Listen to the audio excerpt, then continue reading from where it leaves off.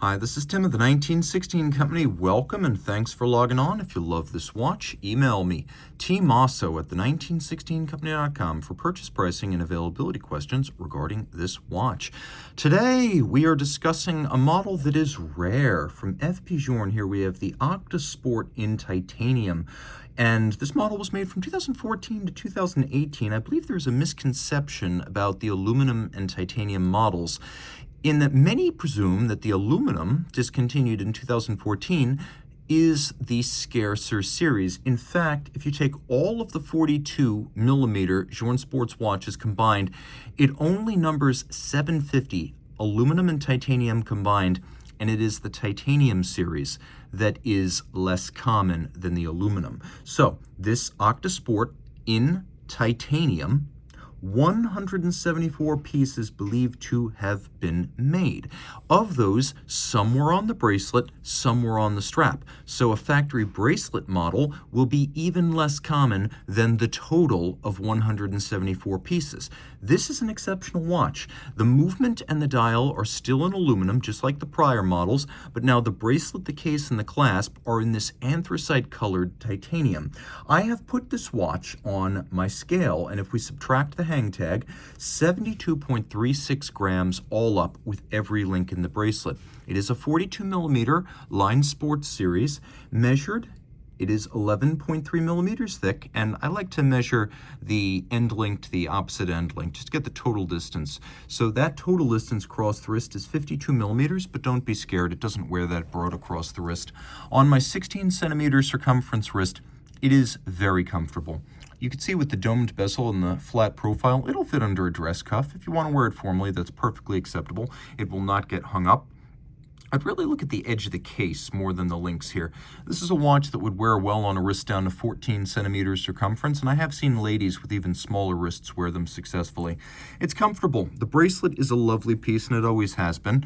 You can see the rubber bumpers. Now, these were part of the design through the 2014 transition to titanium and through the very beginning of the 44 millimeter models. Now the 44 is ultimately dispensed with these rubber bumpers about mid-2019, but every single titanium and aluminum model has them, and I like them.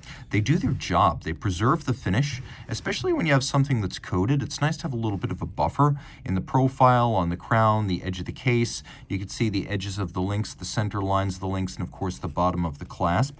Taking a quick look internally, you can see that there has always been a little ball bearing pin snap based micro adjust inside these clasps, and so you can see how that works to pull out and gain you a little bit of micro adjustability if you find yourself in between sizes with the links, which are fixed in place using screws, and you got a couple of those on each side.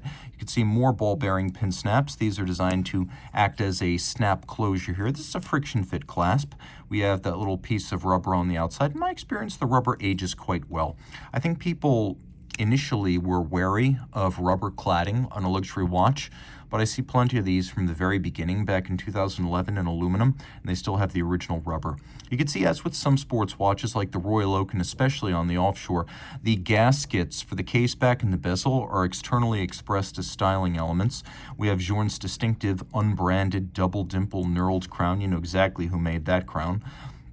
You know exactly who invented and made this dial. Now, the best thing about the LineSports, aside from the lightness, which some people like, some people don't, but if you like the lightness of a sports watch, I think you're really going to relish the best feature of these models, which is going to be the fully luminescent dial. Now, you don't get this on the standard Classique or Classic or Octa models, so this is a real advantage. And if you look carefully, you can see all those numerals are three-dimensional. They are blocks of solid luminescent material that are applied to the dial. We've got a couple of different things going on here. First, note all the printing is cream or off-white, like a chronomètre bleu. So it's not actually white. It's got a little bit of a warmer contrast. We have this blasted aluminum dial base. Then we have Journe's distinctive tapered hands with Journe's distinctive font. We've got a media blasted bezel that frames a smoked sapphire. It's used as the small seconds. You can see the dial side fixing screws, a trademark of Journe design since its very first eponymous wristwatch in 1999. We have two flush date discs there, so it is a grande date, and it does feature a quick set. So you can see I'm able to set it very quickly. I also have the bean, as it's affectionately known by collectors. So that is a day-night indicator. That's what you're looking at right there. You are looking at a day-night indicator, and as you pass from day into night, that sort of cream off-white will give way to red. Also important to note, we have a power reserve indicator, and it's probably for the best that there is no scale on there. You can see that it has basically full and empty. Journe rated these movements as 120 hours chronometric, but 160 hours absolute. So the Octacaliber 1300 will run for almost 7 days before it actually stops, 160 hours, but it keeps best time when wound at least once every 120 hours or 5 days. Just keep that in mind. It's got long legs, but it's best to wind it on a regular basis. I recommend 2 times a week. Now I'm going to show you the case back of the watch, which includes a aluminum movement.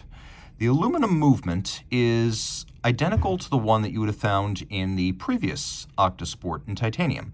So the main reason the case material was changed was the difficulty of manufacturing it, and there was also sometimes a little bit of pitting on the aluminum. What was not necessary was any change to the movement or the dial, because the material is enclosed, it's hermetically sealed off, so issues like pitting and oxidation aren't a concern. You can also see that the rotor here is unique to these LineSport Octas. Not only does it say LineSport, but it's got this very techno-industrial look. The movement is 5-position adjusted, free sprung.